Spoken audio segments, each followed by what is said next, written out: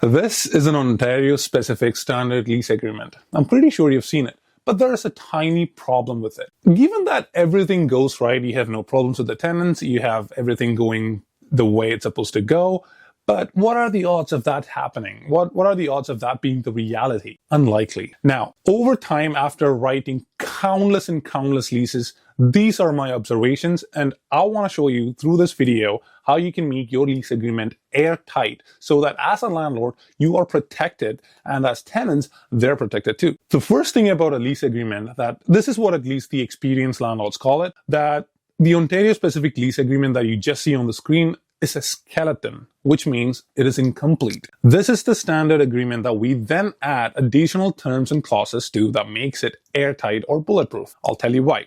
A lease agreement has two parts to it. One, the skeleton that like we discussed, and then there is the additional terms and condition, the addendum, the Schedule A. That's what you call it. Now, this is where your protection or your safety as a landlord lies. This is where the additional terms and conditions that the tenants agree with is signed on the day that you sign the lease. Now, there are all sorts of things that you can add onto the additional agreements, including defining what's normal wear and tear compared to a damage that the tenants make, taking care of the property, cleaning the property, maintaining the property, all sort of things that are legally okay to be an additional clause that the tenant agrees that in case if something goes south, you have a very well-documented, airtight, bulletproof lease agreement. As a free gift, I want to add the Addendum A or Schedule A in the description below. Just give me your email and I'll send it over. It is completely free, and just add it to the skeleton that you get signed from your tenants, and that will make the lease that is otherwise a meh 5 out of 10 lease to a 10 out of 10 lease. Completely for free. Check the link in the description below, and I'll see you on that site. Now, the second part of the whole problem with the whole lease thing is that over time, you have to make sure that the tenants get their copies of the lease agreement.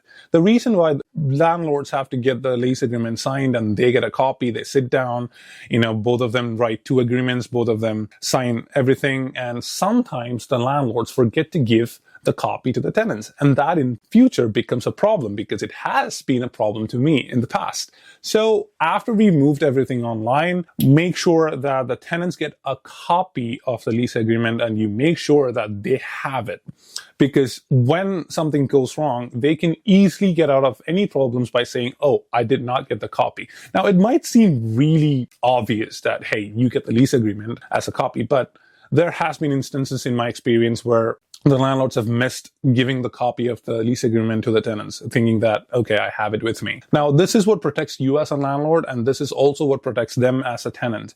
And they might not know that because it's just a paper.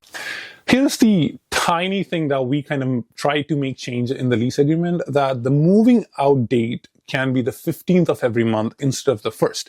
Now, it does a very useful thing for the landlord. Now, only if the tenant agrees with it, of course, because after the lease agreement is over, it turns into month. But in the event of them moving out, that will give you an additional 15 days to get the property ready for the next tenant instead of the property being vacant for another entire month. It will save you on the vacancy that you otherwise would have incurred if the lease agreement ended on the 30th. The tenant moves out on the 30th, you can't get the property ready in one day, and they can't accept new clients for the next first of the month. If they move out on the 15th, you can always prorate the rent. You can always give back half the month of the rent. That's okay. Instead of losing a whole month's rent, you lose 15 days of rent, but the odds are they probably will find a place before that. Now, when you do that, you will save yourself a whole month of vacancy, and you can get the property ready in 15 days and make sure that the property is ready on the 1st of the next month. Now,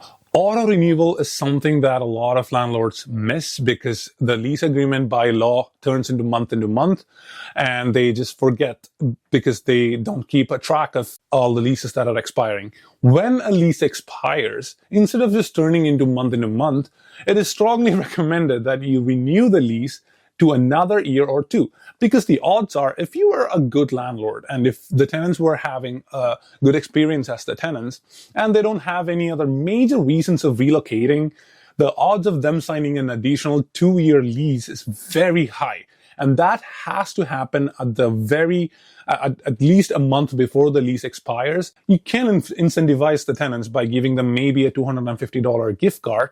But when that happens, you change the uncertainty from month to month to month, not knowing when they're going to give you the next 60-day notice, and you extend it to another 2 years of lease agreement. And this is how you can use that paper that you get signed from the tenants on the first of the month that they move in to your advantage. Now, as you can see, it's helpful for both the tenants and the landlords. It removes a lot of uncertainty. It saves a lot of time because, let's just be honest, keeping the same tenant who's keeping on paying you for another 2 or 3 years is always better than finding a new tenant every year or every time a lease renews. It's just unnecessary headaches and expenses that you don't have to incur if you just plan ahead. And that is how I learned how to make a lease agreement better than the one that the government gives within the legal capabilities that we have. And if you found this video useful, I hope you subscribe to my channel. I talk about stuff that might help landlords who own 1 to 5 rental properties. I started a property management company in London, and I serve clients like you in London, Strathroy, and St.thomas. And I'll see you in the next. Make sure to download the free Addendum A or the Schedules Section A from the link in the description. It is completely free. Just give me your email and I'll send it over, and I will see you in the next.